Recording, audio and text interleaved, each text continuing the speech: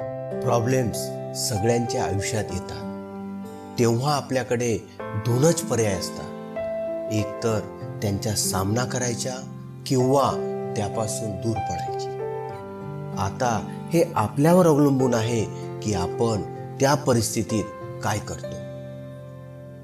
आपण न घाबरता त्याचा सामना केला तर आपण त्या समस्येतून बाहेर पडतो आणि त्यापासून पळालो तर आयुष्यभर त्या समस्यापासून पळत राहतो. मग या समस्यांचा सामना करून एक यशस्वी आयुष्य जगूया. या व्हिडिओमध्ये अशा काही गोष्टी बघूया ज्या अडचणीच्या वेळेस म्हणजेच तुम्ही समस्यामध्ये प्रॉब्लेम्समध्ये असताना तुम्हाला कामाला येतील आणि तुमचे आयुष्य बदलून जाईल. नंबर 1, आपले प्रॉब्लेम्स, आपल्या समस्या प्रत्येकाला सांगायच्या नाहीत. कुठल्याही समस्येमुळे आपण खचलो किंवा कमजोर पडलो तरी समोरच्याला तसे दाखवता कामा नये. आपण त्या समस्येचा सामना करायला हवा. लोकांसमोर प्रत्येक वेळेस आपल्या कमजोर बाजू बोलून दाखवायच्या नाही. समोरच्याला या गोष्टी कळता कामा नये की आपण समस्येमध्ये आहोत. रोज रोज आपले प्रॉब्लेम्स, आपल्या समस्या सांगणाऱ्या लोकांपासून इतर लोक हे कायम दूर राहतात. ते विचार करतात की आता हा आला आणि त्याचे रोजचे रडगाणे रडणार आहे. या व्यतिरिक्त तुमचे एक मोठे नुकसान असे होईल की तुमच्या शत्रूंना कळेल की तुमच्या नेमक्या कमजोर बाजू कुठल्या आहेत आणि ते याचा फायदा उचलू शकतात आणि तुम्ही आणखीन मोठ्या समस्यामध्ये अडकू शकता. यापासून वाचायचे असेल तर एक गोष्ट करायची, सापासारखे राहायचे. सापाचा विष काढून घेतले तरी साप फणा काढायचे सोडत नाही. तो त्याच्या रक्षणासाठी किंवा समोरच्या प्राण्याला भीती दाखवण्यासाठी त्याच्या फणा काढणे बंद करत नाही. फणा काढल्यामुळे तो विषारी आहे की बिनविषारी हे कोणाला ओळखायला येत नाही. त्याचप्रमाणे तुम्ही स्वतःच्या कमजोर बाजू इतरांना सांगितल्या नाही, त्यांच्यासमोर तुम्ही स्ट्रॉंग आहात हे दाखवले तर समोरचे तुम्हाला नुकसान करण्या अगोदर 10 वेळेस विचार करतील.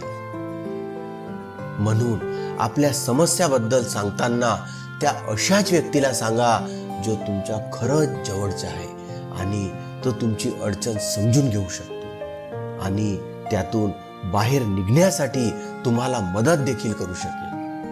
आणि मदत नाही करू शकला तरी तुमच्या प्रत्येक सुखदुःखात तुमच्या सोबत असेल. Have patience. संयम ठेवायला शिका. माणसाची ओळख ही त्याच्या वाईट काळामध्ये होत असते. वेळ चांगली चालू असेल तेव्हा प्रत्येक जण हा योग्य निर्णय घेत असतो, पण जेव्हा वेळ खराब चालू असते तेव्हाच त्या माणसाची खरी ओळख होते. वाईट काळातच त्यांची कुशलता, त्यांची योग्यता सिद्ध होत असते. वाईट काळात जो व्यक्ती योग्य निर्णय घेतो तोच व्यक्ती आयुष्यात यशस्वी होतो आणि योग्य निर्णय तोच घेऊ शकतो जो संयम ठेवू शकतो. याच गोष्टीला थोडे विस्ताराने समजून घेऊ. कुठलीही समस्या किंवा अडचण आली तर माणूस अगोदर काय करतो? माणूस अगोदर घाबरतो आणि घाबरलेला असताना डोक्यात नको ते विचार सुरू होतात. विचारांची गर्दी व्हायला सुरुवात होते आणि माणूस बऱ्याच वेळेस नको असलेले निर्णय अशा वेळेस घेऊन मोकळा होतो. उदाहरण द्यायचे झाले तर शाळेत किंवा कॉलेजमध्ये असताना परीक्षेच्या वेळेस आपला होणारा गोंधळ. परीक्षेची तारीख जसजशी जवळ येते तसे तसे आपल्या मनात भीती निर्माण व्हायला सुरुवात होते आणि भीतीपोटी आपण सगळा सिलेबस वाचायला सुरुवात करतो आणि जे आपल्याला चांगल्या प्रकारे येत असते त्यातही आपल्याला संशय निर्माण व्हायला सुरुवात होते आणि हे सगळे होते फक्त संयम गमावल्याने आणि परिणामी आपण परीक्षेत नापास होतो. जगातले कुठल्याही वैज्ञानिकांची उदाहरणे घेतली तर असे लक्षात येईल की त्यांना शोध लावायला काही तास, काही दिवस, काही महिने लागले नाहीत तर वर्ष लागले. शोध लावताना बऱ्याच वेळेस ते अयशस्वी झाले, पण तरीही त्यांनी त्यांचा संयम ठेवला, म्हणून ते यशस्वी होऊ शकले. म्हणून समस्येच्या काळात ठेवलेला संयम तुम्हाला यशस्वी बनवू शकतो. नंबर 3, पॉझिटिव्हिटी, सकारात्मकता. प्रत्येक जण म्हणतो सकारात्मक विचार करा, नकारात्मक नाही. कुठली समस्या आली तरी सकारात्मक राहून त्यावर उपाय शोधा. पण सगळ्यात अगोदर हे माहीत असायला हवे की सकारात्मक विचार करणे म्हणजे नक्की काय करणे. सकारात्मक विचार काय आहे ते सांगण्या अगोदर सकारात्मक विचार म्हणजे कोणते विचार नाही हे अगोदर समजून घेऊ. मी काही विचार करतोय आणि त्या विचारानुसार सगळे काही घडून यायला हवे, हा सकारात्मक विचार नाही.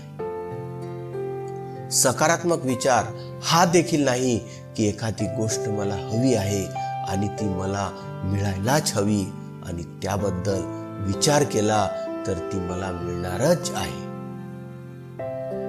माझ्या आयुष्यात सगळे चांगले होत आहे आणि मी चांगला विचार केला तर चांगलेच घडणार आहे, वाईट काहीच घडणार नाही, हा देखील सकारात्मक विचार नाही. या तीनही गोष्टी या तुमच्या इच्छा आहेत, तुमचा सकारात्मक विचार नाही.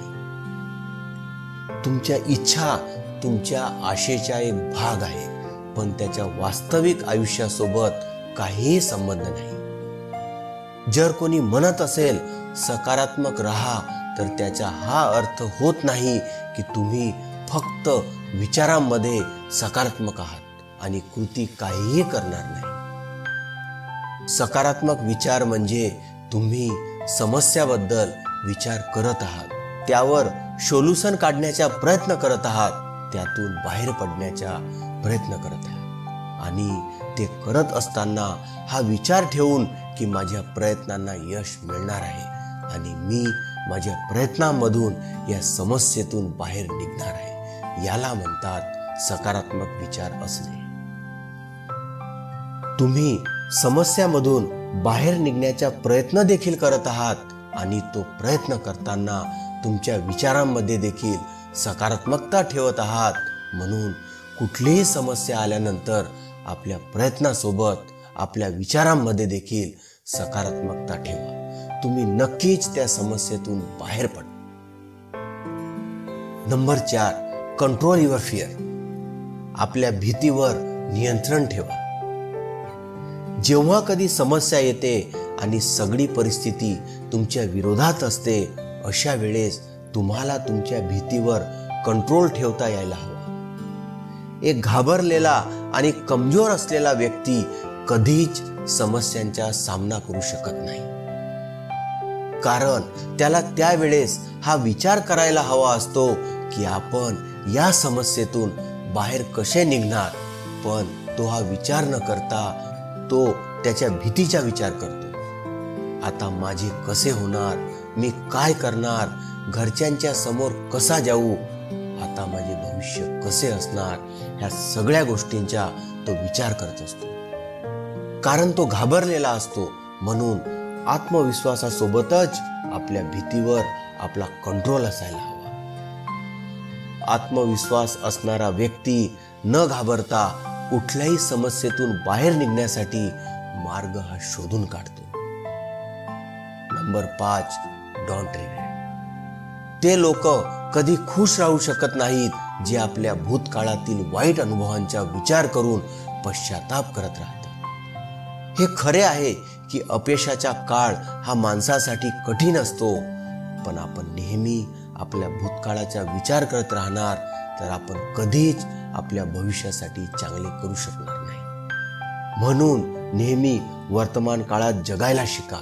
भूतकाळाचा विचार करून भूतकाळामध्ये जगून कोणाच्या हाती काहीही लागत नाही. हे होते ते 5 मुद्दे जे तुम्हाला तुमच्या समस्येच्या काळामध्ये लक्षात ठेवायचे आहे. तुम्हाला व्हिडिओ आवडला असेल तर व्हिडिओला लाईक, शेअर आणि चॅनलला सबस्क्राईब करायला विसरू नका. धन्यवाद.